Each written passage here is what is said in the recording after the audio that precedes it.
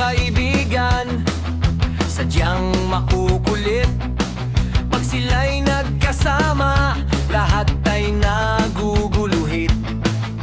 Mga kalokohan nila, walang katapusan.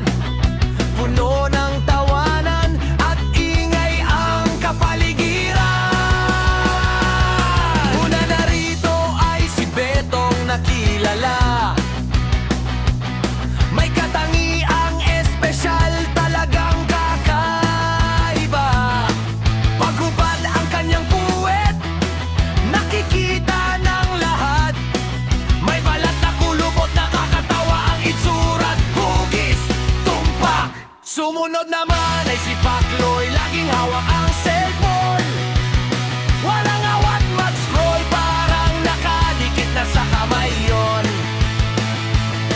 Kahit kumain, kahit maglakad, o kahit matulog pa, nakayuko lang, nakatingin sa cellphone ay abala.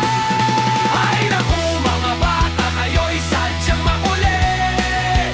Puno ng kalokohan, tawa ay walang humpay at walang patet. Si Betong, si Pakloy, si Potpot at si Bitoy, ang apat na magkakaibigan, talagang nakakatuwa at nakakabog.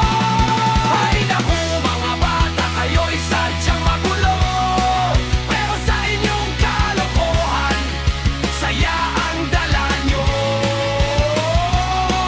Makulit man minsan, minsan ay may iyakan, pero kayo pa rin ang pinakamasayang kaibigan.